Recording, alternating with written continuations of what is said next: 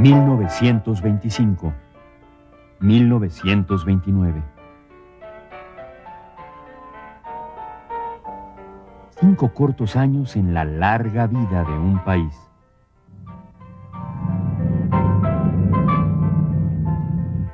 Un lustro en que sueños y esperanzas, promesas y realidades, y como en las letras de Agustín Lara, también los desengaños, se mezclaban en torno a una revolución que se consolidaba como gobierno, literatura, muralismo, opción política a largo plazo y muchas otras cosas que dejaron huella. Quinquenio en que nada era imposible. La revolución es un cúmulo de cambios y de contradicciones.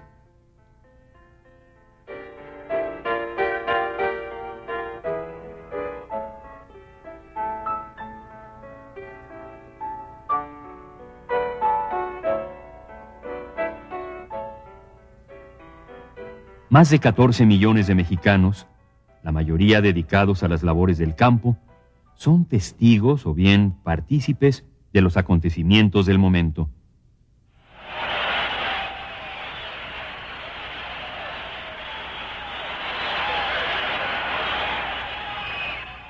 Don Plutarco Elías Calles, quien durante su carrera política y militar perdió no sabemos por qué azares su primer apellido, Elías, rinde protesta en diciembre de 1924 para convertirse en el presidente Calles. Posteriormente, venciendo las predicciones de sus enemigos que le auguraban un pronto retiro, el general Calles se convertirá, paso a paso, en el jefe máximo de la revolución.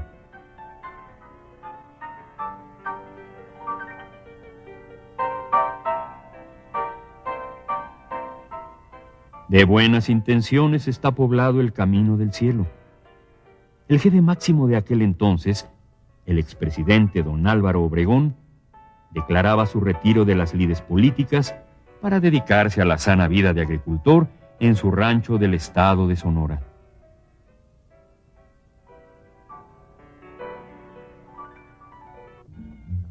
Gente que prosperaba con la revolución hecha gobierno, los caudillos militares, se habían convertido en parte de la élite que podía darse el lujo de comprar residencias en las colonias aledañas al Paseo de la Reforma y, claro, ser los principales clientes de cabaretes y restaurantes exclusivos.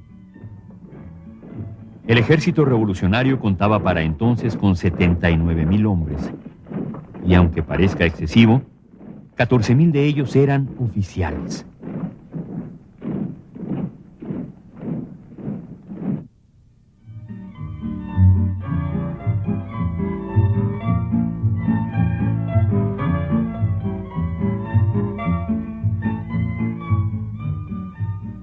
Vale más un pelón que un peón, rezaba el dicho popular, y con justeza. Un pelón, o sea, un soldado raso, ganaba 1 peso con 50 centavos diarios, mientras que un obrero solo alcanzaba 1 peso de paga por su jornal.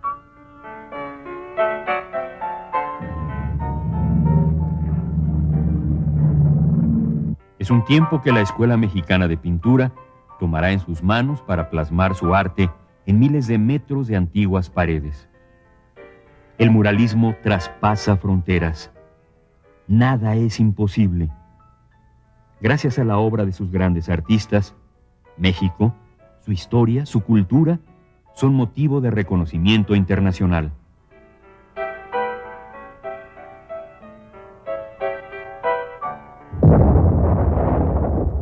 Otra revolución hecha gobierno, trazaba su camino. Al fallecer Lenin, líder indiscutible de la revolución soviética, las pugnas al interior del Partido Comunista alcanzan niveles de drama. Trotsky, creador del ejército revolucionario, es obligado a optar por el exilio. En contra de lo previsto, Stalin hará emerger de las ruinas una gran nación.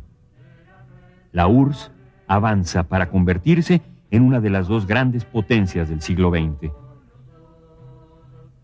José Stalin tiene el poder y lo ejerce. El cine soviético crea grandes obras maestras. Eisenstein impacta al mundo con el acorazado Potiemkin. Águila o sol. Capitalismo y socialismo son los lemas y las realidades del enfrentamiento que se inicia encabezado por los dos grandes, la Unión Soviética y los Estados Unidos.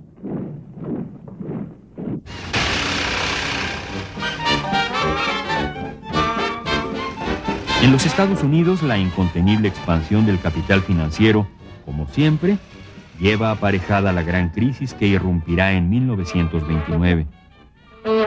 Como siempre también, los norteamericanos practican la política del buen vecino.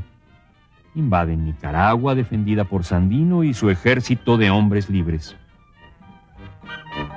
Pero recordemos que estamos en la década de los 20. Los años locos. Una década de nuevas propuestas que escandalizan y perduran. Pese a la ley seca, la gente se las agencia para beber un trago y se divierte.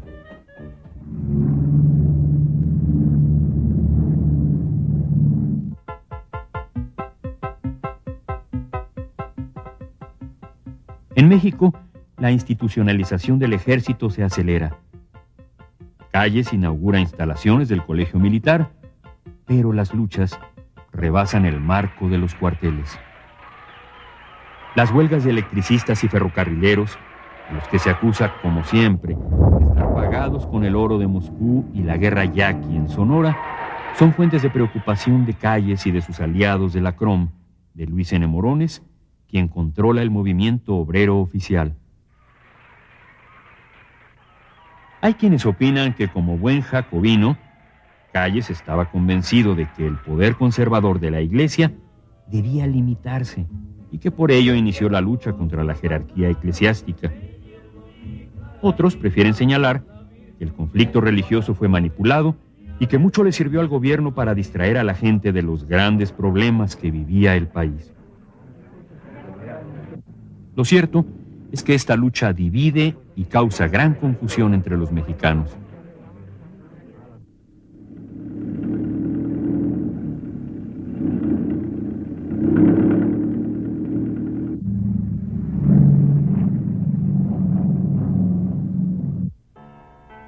En la cultura, la política, en varios campos de la vida social, las mujeres se abren paso frente al tradicionalismo. El nuevo Código Civil reconoce la igualdad de la mujer y termina con la división absurda de catalogar a los hijos en legítimos e ilegítimos.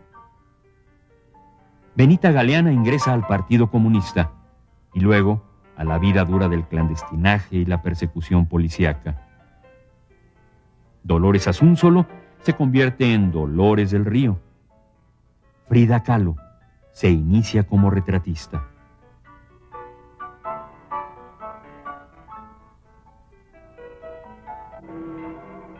Ante una ley que limitaba las actividades de los sacerdotes para llevar a cabo los oficios religiosos y el asesinato de varios católicos a manos de los golpeadores de la CROM, el conflicto estalla en 1926. 3 largos años de lucha se iniciaban, sorprendiendo a Calles y a los jerarcas católicos, que luego no sabrían cómo terminarla.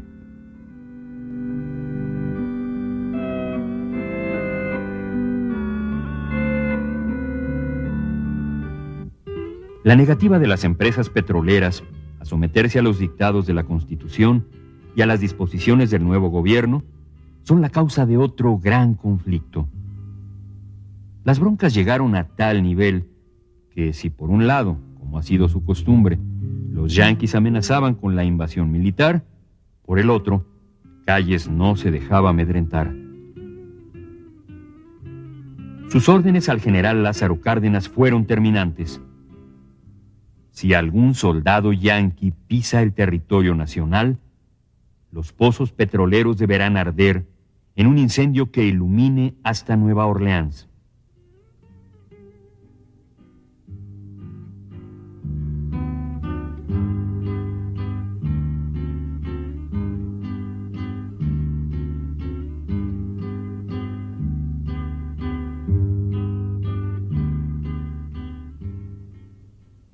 mientras el país sufría con los caudillos, el conflicto religioso y la terquedad de las transnacionales del petróleo, Rodolfo Valentino hacía sufrir a las damas en sus últimas escenas de amor.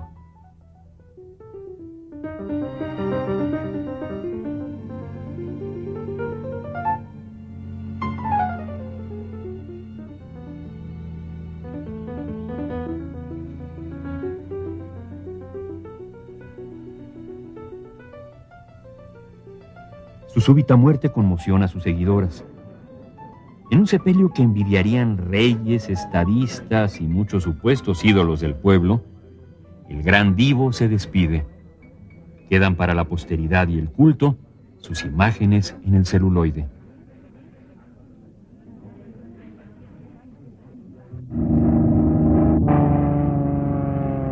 Gracias a las gestiones del nuevo embajador norteamericano, Dwight Morrow, las contradicciones con los Estados Unidos empiezan a eliminarse. Charles Lindbergh, el embajador del aire, visita México en 1927, invitado por Mr. Morrow, quien aquí aparece a su lado. La visita del famoso aviador parece rubricar el acuerdo que en beneficio de los magnates petroleros aprueba el gobierno de Calles. A cambio, terminan las hostilidades de Washington y se apoya a México en cuestiones como deuda externa, venta de armas y un mejor trato comercial. Se piensa que también se convenció a Calles de dejar a un lado la ayuda que México otorgaba a las fuerzas de Sandino en Nicaragua. Los rumores de la época dicen que junto con Lindbergh llegaron aviones para el Ejército Federal. Desde ese momento, no solo bendiciones les cayeron del cielo a los ejércitos cristeros y demás rebeldes. Pese a todo, y ante el disgusto de los jerarcas de la Iglesia y desde luego del gobierno, que deseaban acabar lo más pronto posible con el conflicto religioso, los ejércitos cristeros crecen cada vez más. Miles de campesinos pobres de los estados del centro del país se les unen. A diferencia de los levantamientos de los caudillos, en que se obligaba a la gente por medio de la leva a sumarse a la tropa, la lucha en defensa de la religión cada día suma más adeptos. Por su parte, los obispos, arzobispos, cardenales y hasta el Vaticano veían cómo su poder y hasta su credibilidad se debilitaban en una guerra que ya no controlaban. Incluso el Papa niega su bendición a los combatientes que se han radicalizado. Bueno, business are business.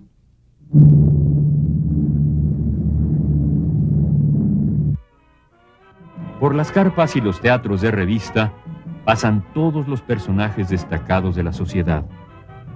Generales con pretensiones, curas alebrestados y, claro, los profesionales de la grilla son el pan de cada día en los chistes que el respetable festeja con buenos ánimos. La carpa se ríe de los imposibles.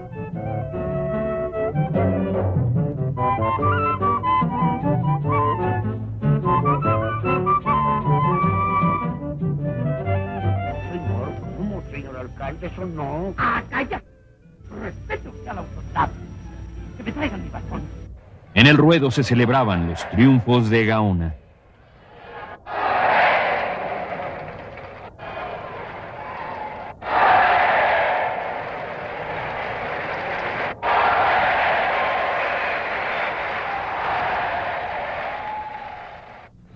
Igual que hoy, otros también exponían el físico para arribar a la fama o al hospital.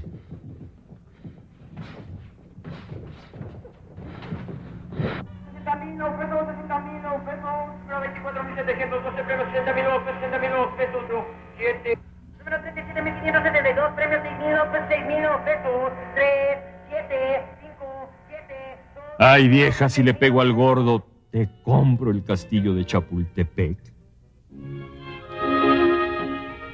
La segunda mitad de la década de los 20 fueron años de magníficos adelantos de la ciencia y de un desarrollo industrial que la crisis parará en seco. Aparato cultural, industria, la comunicación masiva crece y penetra.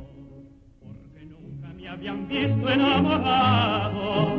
Yo Yo te juro que yo mismo no comprendo el por qué tu mirar me ha fascinado. Cuando estoy cerca... En 1926 se instala una línea telefónica directa de la Casa Blanca en Washington hasta el Palacio Nacional en la capital de la República. Que pueda recordarte. Risas, pasiones, grandes negocios, ídolos. Por encima de la política, el cine es el espectáculo preferido de las mayorías.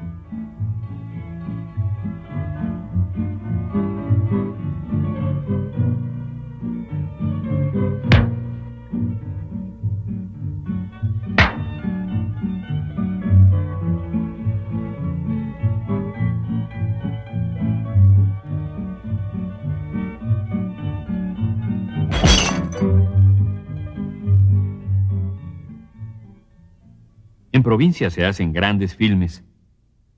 Gabriel García Moreno realiza en Veracruz El Puño de Hierro y El Tren Fantasma.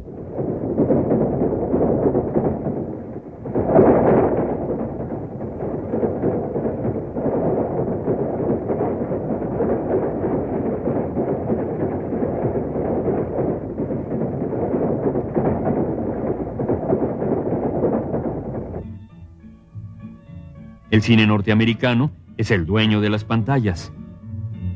El genio de Buster Keaton en La General.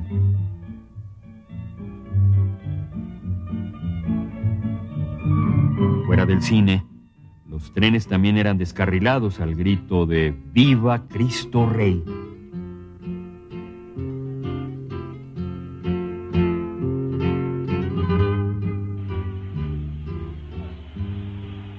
Ante el anuncio de Álvaro Obregón de abandonar sus labores de agricultor para reelegirse como presidente de la República, surge la oposición. José Vasconcelos, exsecretario de Educación Pública y creador del proyecto educativo de la Revolución, lanza su candidatura contra el candidato oficial. A Vasconcelos lo acompañan en esta lucha y en su derrota muchos jóvenes universitarios e intelectuales honestos que se oponían al camino seguido por Calles y Obregón. Muchos de estos jóvenes participaron en 1929 en la conquista de la autonomía universitaria. Gracias a este logro, la Universidad Nacional se convertirá en el proyecto cultural más importante de nuestro país.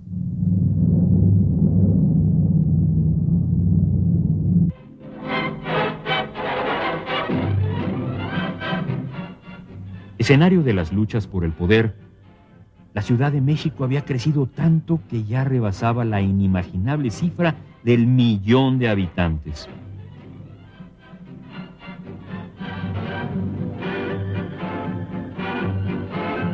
¿Y qué decir de los automóviles?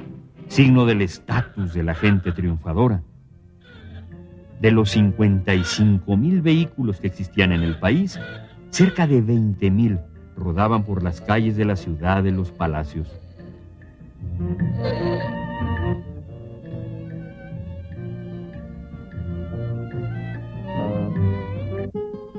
La nostalgia por el campo dominaba el panorama musical. Tatanacho, Esparza Oteo, Guti Cárdenas y otros, desde la capital, le cantan a la provincia. Su canto tiene reminiscencias de maíz. Yo sé que nunca besaré tu boca de púrpura encendida. Volviendo a la política, los generales Francisco Serrano y Arnulfo R. Gómez presentan su candidatura a la presidencia de la República en lo que se interpreta como un acto de franca rebeldía en contra de Calles y Obregón. Acosados por el poder central, que reprime a sus partidarios y sin otra alternativa, Serrano y Gómez caen en la trampa y deciden levantarse en armas. Con 40 generales serán pasados por las armas en una verdadera masacre que se inicia con la famosa matanza de Huitzilac. La sangre corre, pero la paz se fortalece. ¿Quién manda en el país? ¿Quién ordenó los ajusticiamientos de Huitzilac? ¿Obregón? ¿Calles? ¿Obregón y Calles?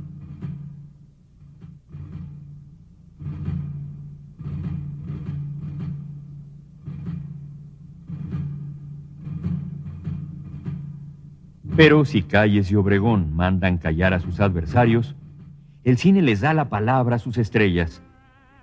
En 1927, Al Jolson deja escuchar su voz en El cantante de jazz, considerada como la primera película sonora de la historia.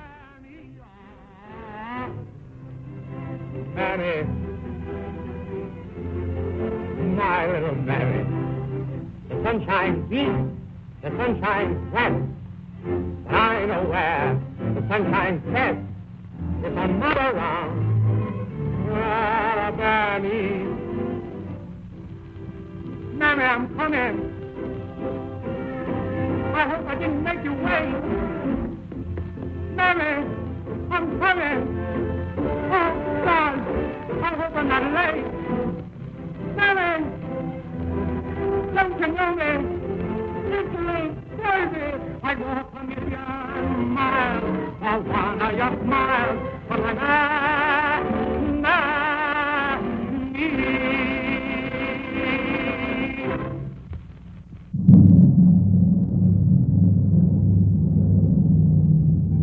pasando como Pedro por su casa por sobre la enorme protección que tenía el presidente electo, quien días antes había sufrido un atentado, un dibujante y militante religioso, José León Toral, asesina a Obregón durante una comida con sus partidarios en un restaurante de San Ángel. Luego que el victimario se declara como un defensor de la fe, es fusilado, llevándose consigo la verdad del crimen. De 3 candidatos militares a la presidencia, los 3 murieron en forma violenta sin alcanzar el poder. Emilio Portes Gil, presidente interino, toma el lugar de Obregón. Calles, así, entrega la presidencia, pero no el poder. Hay paz con los obispos. Hay paz con los Estados Unidos. Y, aunque sea la de los sepulcros, hay paz con los caudillos revolucionarios. La labor de Calles será desde ese momento la de construir una organización política, un partido que permita que las disputas se ventilen dentro del partido y en forma civilizada. Bueno, pero nada era imposible. Agustín Lara toma el poder en el gusto del público. Su música es una nueva propuesta que rompe con lo rural y predice un México citadino que ya da sus primeros pasos. Y que cambias tus besos por dinero, envenenando así mi corazón. No creas que tus infamias de perjura incitan mi rencor para olvidarte. Te quiero mucho más en vez de odiarte, y tu castigo se lo dejo a Dios.